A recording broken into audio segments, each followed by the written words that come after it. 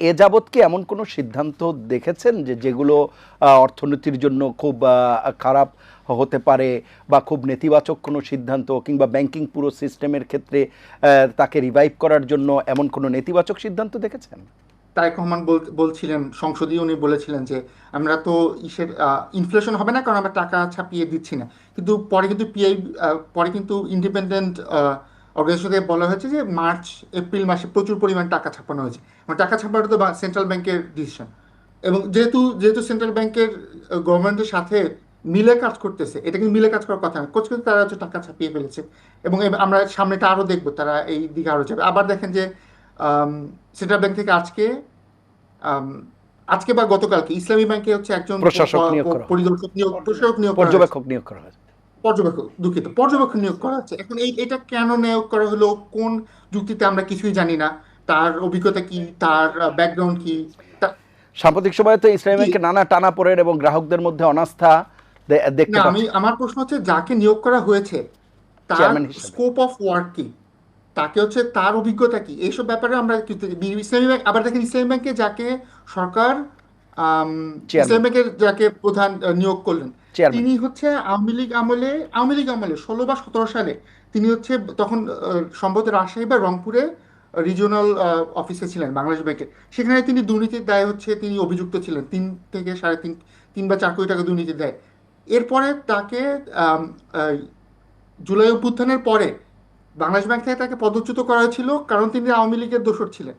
তাকে এসে এখন ইসলামী ব্যাংকের দায়িত্ব দেওয়া হলো। এই পদক্ষেপগুলো যখন আমরা দেখি তখন তো আমাদের সেই প্রশ্ন তুলতেই হয়েছে আসলে অর্থনৈতিক ব্যবস্থা, যে আমি বারবার বলতেছিলাম যে central bank central bank fix করে হচ্ছে আপনার মনিটারি পলিসি, আর সরকার সরকার ফিক্স করে হচ্ছে আপনার যেটাকে বলা হচ্ছে মানে আপনার অন্য পলিসি, ফিসক্যাল পলিসি এবং মনিটারি পলিসি, এই দুইটা কিন্তু ইন্ডিপেন্ডেন্ট হওয়ার কথা। বাংলাদেশ ব্যাংক নিয়োগ দিয়েছে, তো সেটা গভর্নরের জি, দায় কোথায়?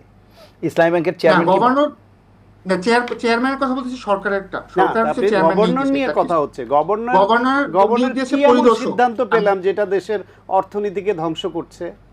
না, আমি তো বললাম যে পরিদর্শক নিয়োগ, এই পরিদর্শক নিয়োগ এটা কেন, তো কিসের এটা তো ভিত্তিতে আমরা জানি একটা না। ব্যাংক নিয়ে তারপর আমি টার্মোইল আপনাকে চলছে, আরো বলি, সেখানে এই যে বাংলাদেশ পরিদর্শক ব্যাংকের, নিয়োগ খারাপ কি করে হলো? আপনার আশঙ্কাটা কি?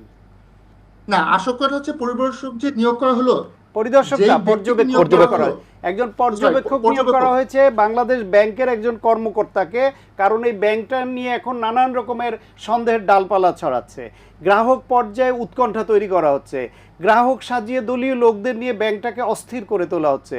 সেখানে বাংলাদেশ ব্যাংক যদি আইন শৃঙ্খলা ফেরাতে পর্যবেক্ষক নিয়োগ দেয়, আপনি দেখেন সেই পর্যবেক্ষক কোনো খারাপ ভূমিকা পালন করছে কিনা। আপনার আশঙ্কাটা কি? মানে এটার মাধ্যমে বাংলাদেশ ব্যাংক কি ক্ষতিকর আমি তো প্রভাব সেই রাখতে প্রশ্নই পারে? বলছি, আপনি বারবার বলতেছেন যে আপনি দেখেন। না আমরা না তো না, আমরা তো আপনি বলেন আপনার আপনার কাছে, আশঙ্কাটা কি? পর্যবেক্ষক হ্যাঁ আমি কি আপনাকে ক্ষতি বলি, করতে কেউ যদি পারে আপনার কাছে ব্যাংকটার? একটা চাকরি নিতে আসে, আপনি কি তার সিভি দেখবেন না?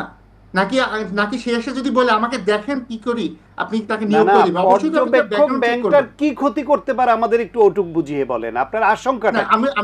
আমি তো সেই প্রশ্নই করছি, এই পর্যবেক্ষক যিনি নিয়োগ দিলেন বাংলাদেশ ব্যাংক হচ্ছে, এখন তাদের পদক্ষেপটা কি হবে, পর্যবেক্ষকের স্কোপ কি, স্কোপ অফ ওয়ার্ক কি, বা এই ব্যাংকের ক্ষেত্রে এসব ব্যাপারে আমাদের কোনো আইডিয়া নেই, কিছু বলা হচ্ছে না, আইডিয়া জাস্ট নেন, তারা একটা তারপরে নিয়োগ দিয়ে কথা দেয়। বলেন।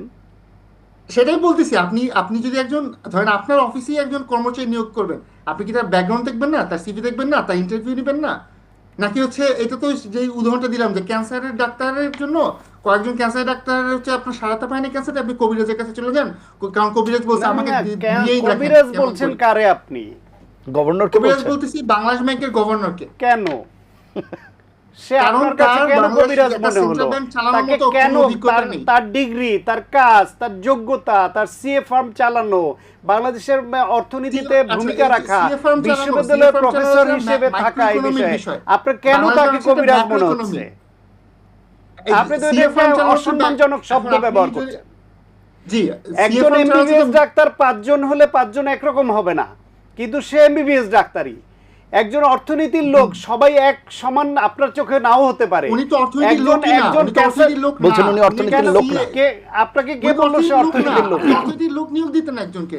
মানে সে উনি তো অর্থনীতির লোক না। না, এটা আপনি কোথায় পেলেন? আপনি তো বললেন ব্যাকগ্রাউন্ডে সিএ, উনি ছিলেন ব্যবসায়ী। সাইফুর রহমান কি ছিলেন সোয়েটার বলেন একটু আগে যে মালিক।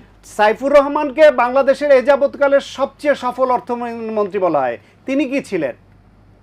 বলেন কি ছিলেন উনি? তিনি এফসিএ ছিলেন। তিনি কি তিনিও সিএ এবং ছিলেন। তার আগে তার আগে তার অভিজ্ঞতা কোথায় ছিল? তিনি তো হচ্ছে এই রিলেটিভ। আপনি এখন অন্যদিকে ঘুরছেন, তার ডিগ্রি নিয়ে আপনি প্রশ্ন না। তুলছেন যে সিএ বলে অর্থনীতির লোক না। সাইফুর রহমান কি ছিলেন? তার হচ্ছে ক্যারিয়ার ব্যাকগ্রাউন্ড কি?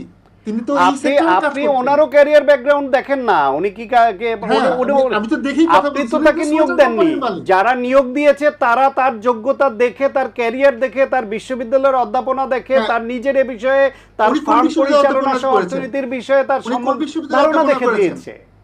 উনি আপনার ভালো, আপনি সে খারাপ করলে সেটা সমালোচনা ডেফিনেটলি করবেন টু দা পয়েন্ট, কিন্তু একজন এই পদস্থ না, উনি লোককে কোন বিশ্ববিদ্যালয়ে আপনি অধ্যাপনা কবিরাজ করেছেন? বলে এই তুচ্ছ বিশ্ববিদ্যালয়ের নাম তাচ্ছিল্য কি? করবেন, এটা একটা উনি এইরকম কোন একটা অনুষ্ঠান বিশ্ববিদ্যালয়ে আলোচনায় তো এটা করেছেন ঠিক এবং না। কোন কোর্স পড়িয়েছেন, কোন চ্যাপ্টার পড়িয়েছেন উনি বলেন? আপনি যদি বলেন উনি আপনার দলের অনেক রাজনীতিবিদ, তারা তো রাজনীতির রত ছিল না, এখন আমার বড় বড় আমার পদে। দলের আমি কি রাজনীতিবিদ তাকে তো গভর্নর কবিরাজ হয়। রাজনীতিবিদ বলবো? আমার রাজনীতি কি গভর্নর উঠে এসে জুড়ে এসে বসার মতো বিষয়? A practice and error makes a politician. আমি এটা বলবো না, কারণ তার কাজে আপনি তাকে মূল্যায়ন করব। আপনি একজন পদস্থ লোককে কবিরাজ বলে তুচ্ছ-তাচ্ছিল্য করবেন, this is not a good example. আমি কেন বলেছি সেটা আমি ব্যাখ্যা করেছি। ওনার কোনো না। ম্যাক্রো ইকোনমিক না, এটা আপনার না জানা অজ্ঞতার ফল। আপনি সিএ হলে তাকে আপনি বলবেন অর্থনীতির লোক না, সে বুঝবে না। মাইক্রো ইকোনমিক পার্থক্য না সাইফুর রহমান সিএ হয়ে বাংলাদেশের সেরা অর্থনীতিবিদ হয়নি।